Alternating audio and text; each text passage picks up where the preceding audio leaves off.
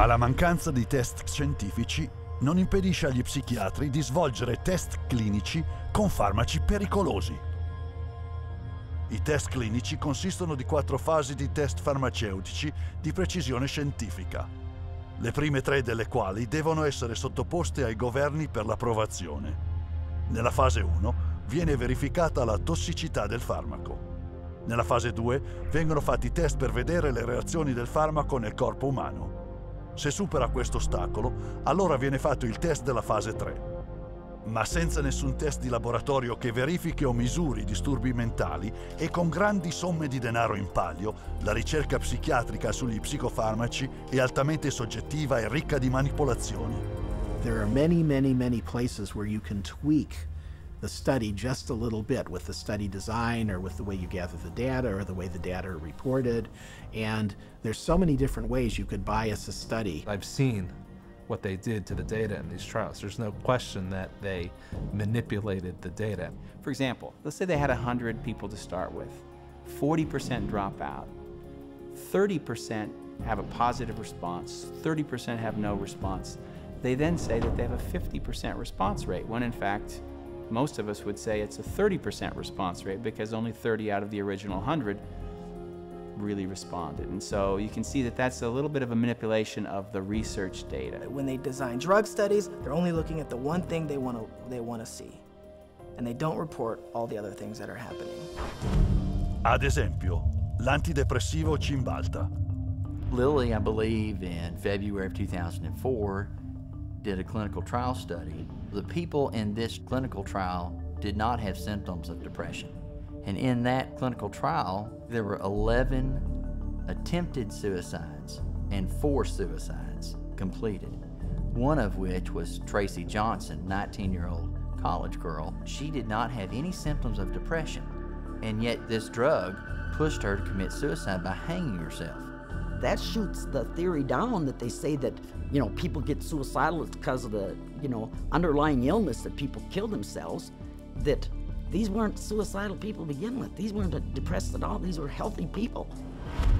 Ne è seguita una carrellata di articoli dai mass media, ma gli psichiatri della commissione di perizia tecnica dell'FDA hanno scelto di ignorare i decessi e hanno approvato il Cymbalta l'agosto seguente.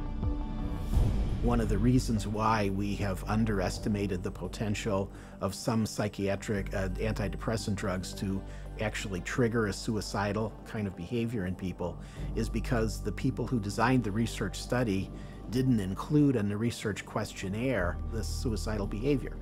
And then you can report that we had 0 incidents of this type of behavior among our subjects. And then the response is trumpeted as if there's something magical about it, when in fact what's happened is a whole statistical tap dance routine that violates good science. However, on the basis of that kind of phony trial, the drug can be marketed. Keep in mind that when a drug is tested in the clinical trials, it's only a very short period of time. The final phase of testing can be anywhere from 5 to 6 weeks. The longest of those studies was 8 weeks. The shortest was 4 weeks.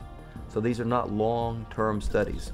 I think most physicians and most people taking the drugs assume they're long-term, 1 year, 2 years, 3 year studies. They're not. They're very, very short studies.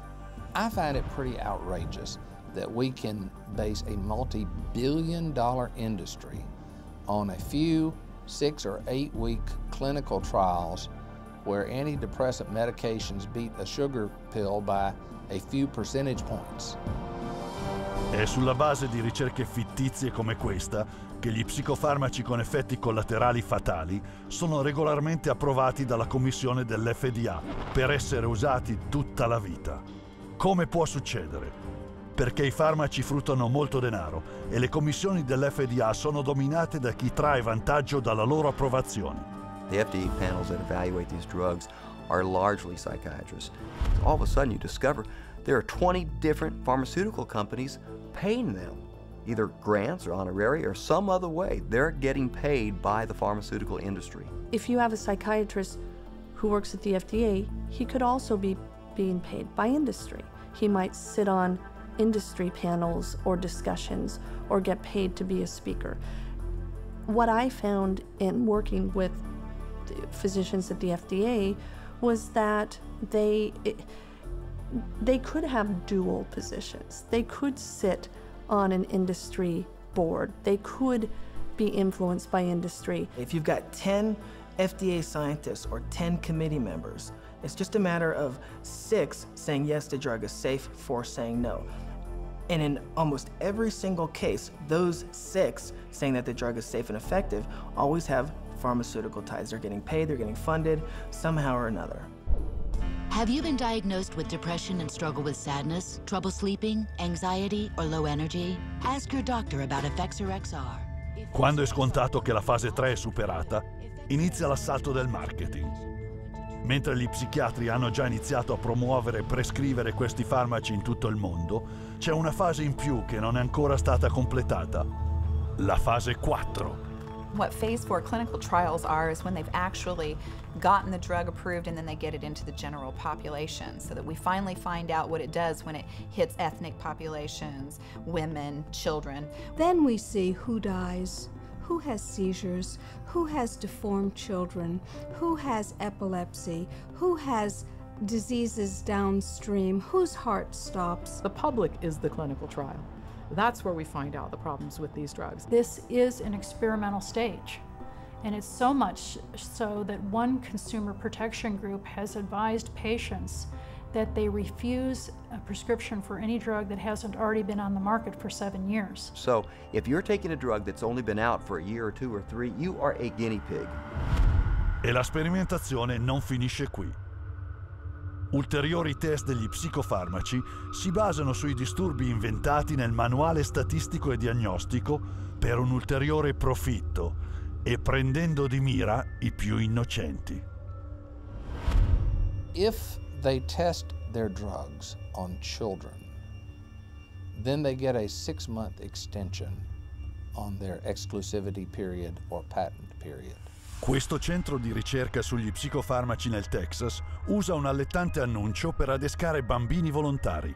Una volta dentro sono ulteriormente allettati con il più semplice degli inganni. This is where they're going to be playing.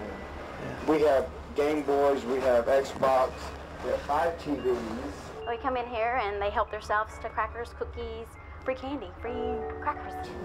Everything is paid for. You don't pay for anything. Ma queste ricompense sono giusto un'esca per persuadere i bambini ad ingerire potenti psicofarmaci che causano suicidio e violenza nella loro fascia di età. These are drugs that would cost maybe several $100s a month in a pharmacy. They actually are getting them free in research. We love children, and we just love children because they're our future. By conducting those tests on children, they get a financial incentive that's worth over $1 billion. Those are the facts. You make of them what you will. Con questo volume di affari in palio, gli esperimenti coi farmaci psicotropi sui bambini sono dilaganti, con 323 studi sia completati che in corso, tra cui un test del 2003 che somministrava ai bambini un antidepressivo per curare il disturbo premestruale disfonico. Those drugs, which are barely more effective than placebos, often have huge side effects, which are dangerous and even deadly to people. Families don't know the risk. If they actually were aware of the risk and believed it, no one would take that risk. The psychiatrist would never, she didn't say one word to me about what was going to be the effects of the drugs. No side effects listed, no. Well, let's sit down, we have to talk about this. At that point in time, he said, well, this doesn't have that type of reaction on any children, you know, that it's very safe. If he had told me then what I know now about it, I never would have taken it. She said, oh, Beth must have been on Paxil. That's the only way she would kill herself. And I said, well, what is this? How do people know this? I didn't know anybody would know something like that. And we went on the internet, and all of a sudden you find out it's not uncommon. But it's not uncommon for people to become psychotic on these drugs.